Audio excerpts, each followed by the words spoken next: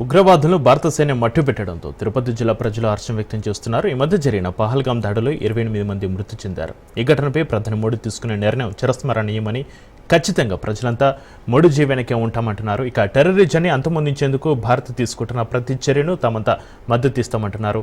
భారత మాతాకి జై అంటూ నినదిస్తున్నారు. ఇక దీనిపై మరింత సమాచారాన్ని మా తిరుపతి నుంచి మా ప్రతినిధి కిరణ్ అందిస్తారు.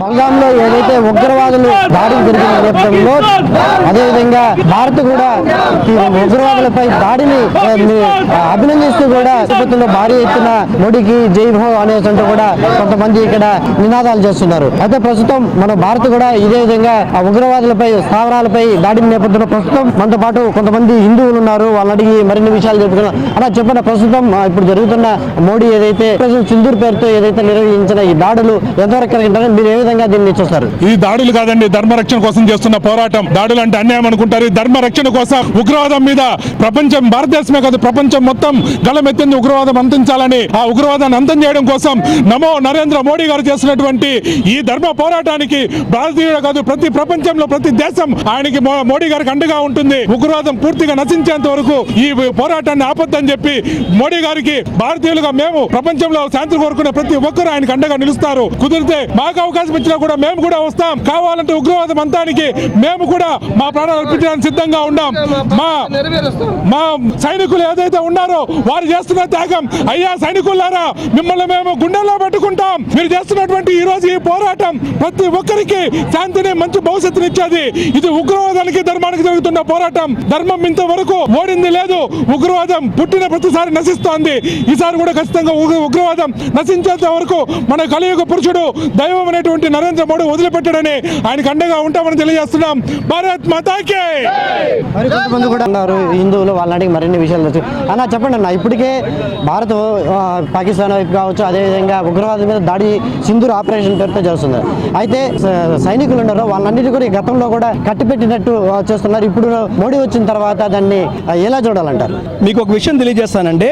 26 మంది హిందువులు చంపినప్పుడు పహల్గాంలో వాళ్ళని అడిగారు మీ మోడీని అడగండి అని. అంటే ఆ మహిళల యొక్క సింధూరాన్ని తీసేసేదాని కోసం ప్రయత్నం చేస్తే అదే మోడీ ఒక మానవతా దృక్పథంతో వాళ్ళ యొక్క సింధూరాన్ని తిరిగి పెట్టేదానికి ఉద్దేశంతో వాళ్ళందరూ కూడా ఫ్రీ ఆఫ్ సింధూర్ అనే పేరుతో ఈరోజు కార్యక్రమం చేయడం జరిగింది. మీరు అడిగినట్లు ఇన్ని రోజులు సైనికులు చేతులు కట్టేశారండి. 2014 నుండే సైనికులకు చేతులు బంకెళ్ళు తీశారు. ఆ కారణం చేతనే సర్జికల్ స్ట్రైక్, ఎయిర్ స్ట్రైక్, ఈ రోజు మిజైల్ స్ట్రైక్ చేయడం జరిగింది. రేపు కావాలంటే పిఓకే స్ట్రైక్ చేస్తారని తెలియజేస్తున్న పిఓకేని కూడా ఆక్రమిస్తారు. అది మోడీ గారు ఖచ్చితంగా సాధిస్తారని తెలియజేస్తున్నారు. ఇప్పటికే చూస్తే మొత్తం కూడా సంబరాలు చేసుకునే పరిస్థితి కనిపిస్తుంది. ఈ సంబరాల సంస్కృతి మనకు సరిపోతుందంటారా? ఎందుకంటే ఏ విధంగా దీన్ని చూడాలంటారు? భారతదేశం అనేది సంబరాలు చేసుకోవడానికే పుట్టింది. అది యుద్ధమైనా సరే, సంతోషమైనా సరే, దుఃఖమైనా సరే, చావైనా సరే, సంబరం అనేది మా భారతీయుల రక్తంలో ఉంది. మేము వచ్చేసి ప్రతి ఒక్క దాన్ని పండుగలా చూస్తాం. ప్రకృతిలో ఉన్నటువంటి ప్రతి ఒక్క వస్తువులో దేవుని చూస్తాం మేము. అదే విధంగా ఈ రోజు మహాభారతంలో మనం చూసుకుంటే గనక దుశ్శాసనుడు ద్రౌపది జుట్టు పట్టుకుంటాడు.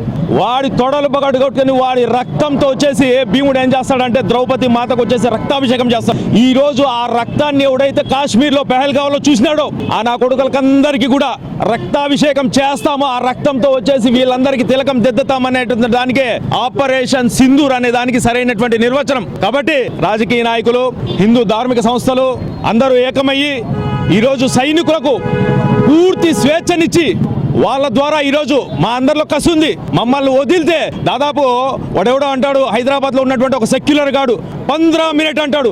ఆ 15 మినిట్ కానీ కూడా చెప్తాం. భారతదేశానికి 5 మినిట్ అంటే 5 నిమిషాలు కూడా అవసరం లేదు. ఈ రోజు ఆ విషయం తేట తెల్లమైపోయింది. పాకిస్తాన్ లో ఉన్నటువంటి దేశ దుర్మార్గులు, ద్రోహులు మాత్రమే కాదు, దేశంలో ఉన్నటువంటి ఇక్కడ ఉన్నటువంటి సెక్యులర్ ద్రోహులు కూడా మీకు ఖచ్చితంగా త్వరలో వచ్చేసి మీ అందరికీ కూడా festival in front, crocodile festival in front ముందుంది. ముసళ్ళ పండుగ మీకు కూడా జాగ్రత్త. భారత్ మాతాకి. తిరుపతిలో సంబరాలు అయితే జరుపుకుంటుంటారు. ఏదైతే పహల్గాంలో ఉగ్రవాదుల దాడిని ఇచ్చేశారో దాని నేపథ్యంలోనే భారత్ కూడా అదే విధంగా ఏదైతే ఉగ్రవాద స్థావరాలపై దాడి చేసిన నేపథ్యంలోనే ఆపరేషన్ సింధు పేరుతో ఏదైతే నిర్వహించినారో దాన్ని మేము నిజంగా అభినందిస్తున్నాము.